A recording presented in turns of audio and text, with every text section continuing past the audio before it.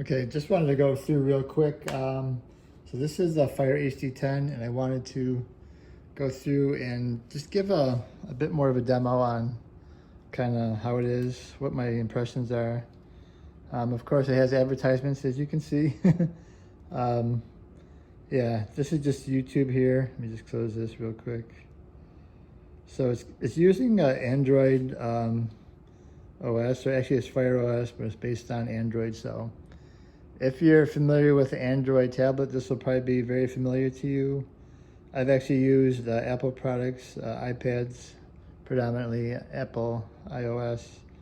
So it's a little bit, takes some getting used to for me. I just haven't used this recently, so. But it's nice because it's really well integrated with Amazon. So you can do Amazon Alexa, you can do Kindle reading.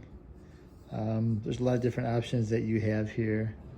And of course you can download apps like YouTube. So I'll go to YouTube real quick. I just had it open previously.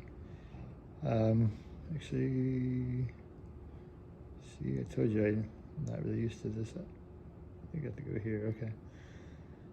So yeah, so this is, yeah, so this is the one I was playing earlier just as a demo. Of course, YouTube always has advertisements as well, but just playing an instrumental video. So this is the video. The picture quality is pretty good. Again, it's not as robust as maybe you'd have in an iPad, with the resolution being much greater in an iPad, but it's pretty good. It's HD, it's full HD. So I think like watching most programs is fine. If you're gonna watch sports that are moving quickly, it might not be, or you want a very crisp, clear picture. It might not be as good as like another device, but overall, I think this is, for the price point, under $100, really good. It's got your volume controls here. I think you can also mute. Okay, maybe just go all the way down, but so you can go all the way down to mute. Up. This is your on and off key right here.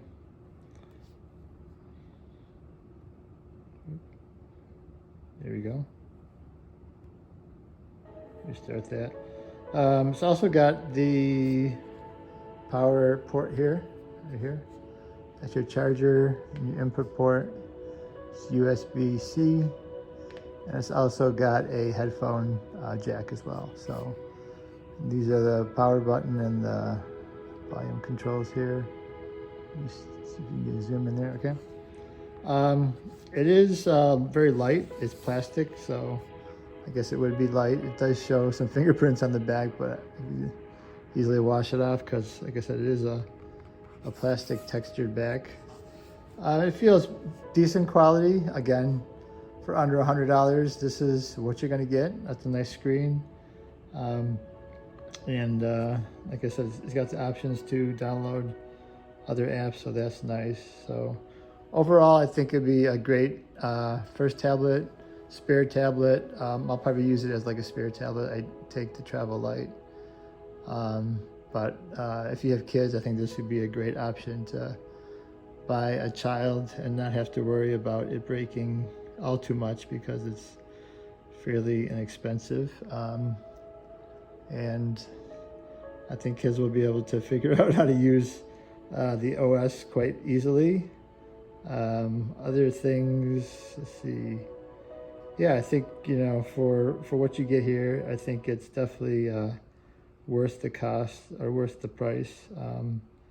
You can do an awful lot with this device. There's all kinds of apps you can load it in. There's these are preloaded with your Amazon Kindle, music.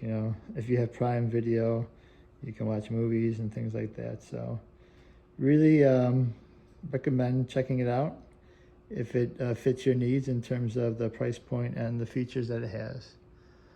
Thanks for watching. Please like this video and subscribe.